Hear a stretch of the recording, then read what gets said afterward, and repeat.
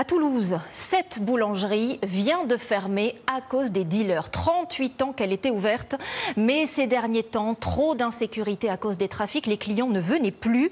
Son propriétaire, vous allez l'entendre, est écœuré. Kylian Prévost, Marion Laradé et Justine Serker l'ont rencontré. Il tenait cette boulangerie depuis 38 ans. On est en train de finir à enlever tous les produits. Une institution que Bernard Molly voulait céder à ses petits-enfants et qu'il doit pourtant fermer à contre-cœur. C'est mon premier magasin que j'ai ouvert à Toulouse et j'y tenais vraiment. Si vous voulez, il y a un côté cœur qui est plus important qu'un côté financier. La raison principale, depuis 3 ans, des trafiquants occupent le parking de sa boulangerie. Pour tenter de les faire partir, le commerçant a tout tenté et même investi dans la sécurité.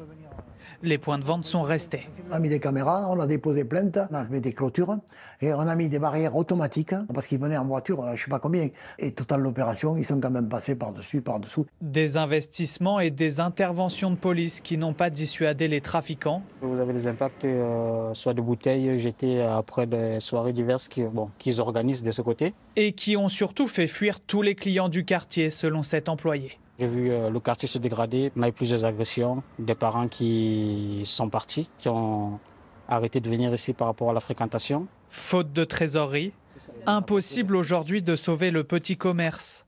Riverains et habitants n'en reviennent pas. C'est quelque chose qui me choque et c'était bien pratique pour boire un petit café ou acheter du pain, enfin bon, des commodités d'un quartier. Je trouve ça désolant pour le commerçant qui, lui, n'y est pour rien.